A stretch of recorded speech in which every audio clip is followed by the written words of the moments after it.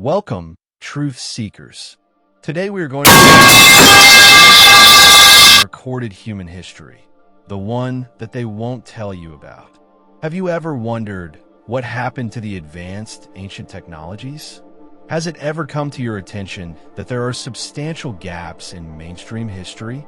Or perhaps, do you want to find out what the kangaroos have to do with all of this?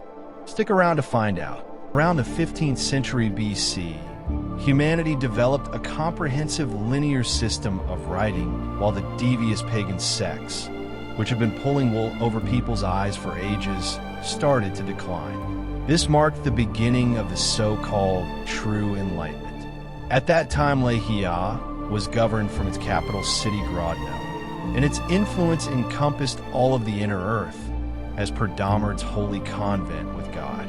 Swavish the Wise, in one of the only accounts that survived to present day, recalls, Lahia, the scholar's dream, thrives on harmony, where knowledge guides governance, art enriches daily life, and justice flows like water.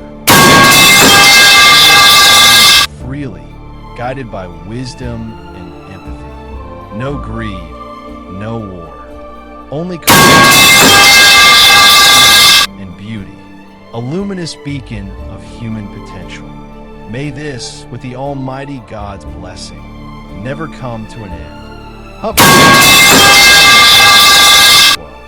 Growing nationalist movements began to compromise the integrity of the empire. Instead of pacifying or otherwise managing the growing mistrust in Lahian authority, King Shecha, as a sign of goodwill, allowed for the creation of multiple autonomous and in many aspects independent countries. Of course, this only further undermined the hegemony of once untouchable Slavic state. Despite attempts at re-centralizing power, regional governors retained decisive influence in their own realms, effectively making Lahia a troubled confederation of shattered kingdoms, which, despite millennia-long tradition, was unable to channel any sort of executive power. Only after realizing the scale of destruction and suffering brought about by his decisions, Shecha buckled under the pressure. Unable to forgive himself for his failures, he killed himself. In his place, a mysterious, yet extraordinarily powerful mage was elected, Voizwav. His reign is remembered for that of neglect, lawlessness, and the diminishing of Lahia's influence on the international stage.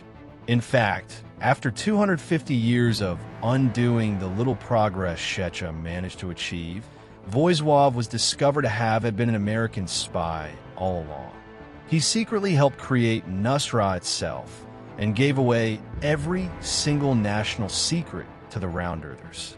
After discovering the outrageous truth about Lahia's king, a brave wise wizard known as Minjaz Spadguri, or Sage from Undermountain, managed to arrest and execute him for his crimes. Surprisingly, this eventually turned out to be a catastrophic blunder, but we will explore the details more thoroughly later. What you need to understand for now is that the decline of Great Lahia was a natural consequence of societal changes that took place during the True Enlightenment, for example, nationalism, quick technological progress, capitalism, as well as the mismanagement of countries' resources, caused by both ignorance and malice. Around 450 BC, the situation in Lahia was at a knife's edge. Even though the execution of the traitor Voizwav was greeted in Lahia with happiness, the political instability led the internal state of the empire to gradually crumble. The revelation that the king, the most important, trusted, and supposedly noble person in the world, is actually in collaboration with satellites, short for satanic elites, caught everyone off guard. Despite the government's best efforts to cover up how wide-reaching this ill conspiracy was, people began to demand answers and explanations. As a result of the disastrous incident, many powerful archons on the Rada, the governing council, resigned. The interregnum period and the tension it caused were devastating blows to the Lahitic system. ones which, if not solved, would surely result in a complete dissolution of the state. China and America swiftly utilized this welcome opportunity to further expand their dominion over the world's economy. Lastly, Antarctica at this point in time was already a frozen wasteland and did not merit any strategical value in times of peace. Before the Laser War, sparse settlements of humans and gnomes existed on the continent. However, those were destroyed in the conflict or later abandoned during the Great Dark Age. Hence, Lehian control of those lands was based mostly on coastal harbors and ancient laboratories near the dome. The arguably second most powerful state at the time was America. Following the Little American Civil War between human-led elites and Luciferian roundlings, the country entered its golden age of prosperity, based chiefly on slave-like labor of the native Indian populations in the South. As mentioned earlier, the Luciferians were also responsible for the genocide of Slavs on a hitherto unseen scale. Sadly, little more nuance is noted by ancient chronicles, as most of the information flow was strictly controlled by the grandsons of Lucifer. One ancient historian famously noted, "The lands under satanic rule are so vast, yet judging by the outgoing news of present affairs, one would assume America to be no more than a vacated shed hidden deep within the forests of history." As you know, allied to America was the Chinese Empire, another great power which embraced round earth ideology. Gnomes, who had prior to their second great flight lived in the Americas, migrated in the millions to Eastern Asia during the Laser War.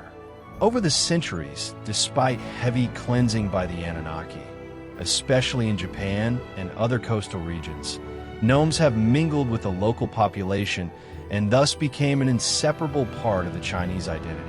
A more detailed description of the peoples inhabiting those lands and their origins is beyond the scope of this video. However, one aspect worth noting is their overwhelming hostility towards the Lehian Empire, which was seen as an arch-enemy of the Chinese. On the eve of the war, Americans staged a false flag attack on a merchant Chinese vessel in the Gulf of Tonkin, creating an illusion of Lehia's invasion and the justness of following retaliatory action. Now let's take a closer look at the state of the world right before the outbreak of the war. In the year 271 BC, the inner disk was inhabited by roughly 1 billion people, almost 300 million of whom lived in the remains of the Lehian Empire, which spanned the terrains of India, South and Eastern Africa, and of course the terrains of Central Eastern Europe, as well as the easternmost part of Northern Asia. As you can see on the graph, the next two most populated countries were China and America, both host-like to Lehia. The rest of the world, except for Greece, remained mostly faithful to the flat earth and condemned the heretic actions of the round-earthers. The presented graph clearly shows that at the beginning of the conflict, almost two-thirds of world's population supported the Lehian cause. Additionally, the Kangaroo Road gave flat earthers access to the rich in resources Oceanian mainland. However, roundlings, owing to their more thorough preparations, mind-controlling magic, and better military commanders, namely Sun Tzu, at the start of the conflict. Therefore, at the beginning of the war, only the reserves accumulated by each country mattered in the grand scheme of things. The following graph shows the percentage of elephants' saliva each country possessed before the war.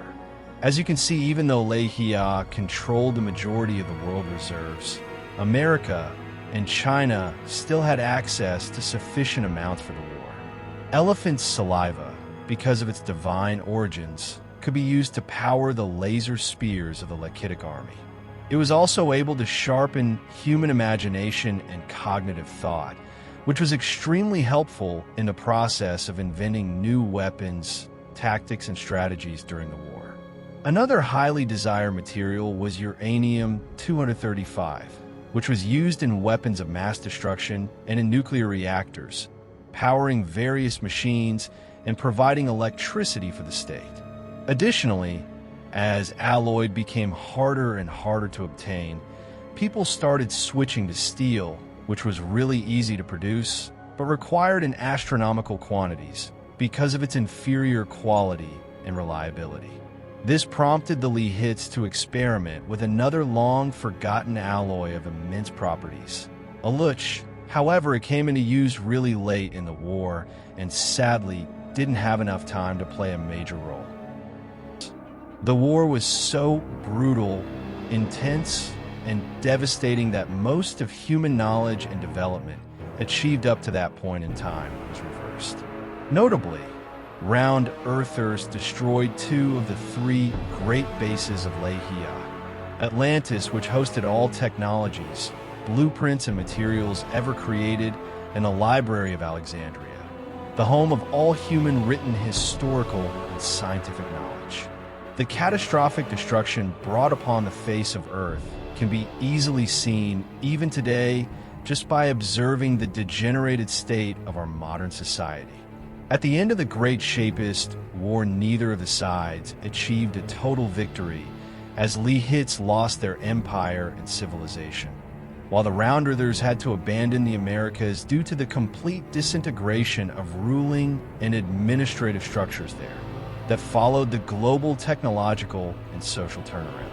The continent was not to be rediscovered by the Europeans for the next 1,000 years.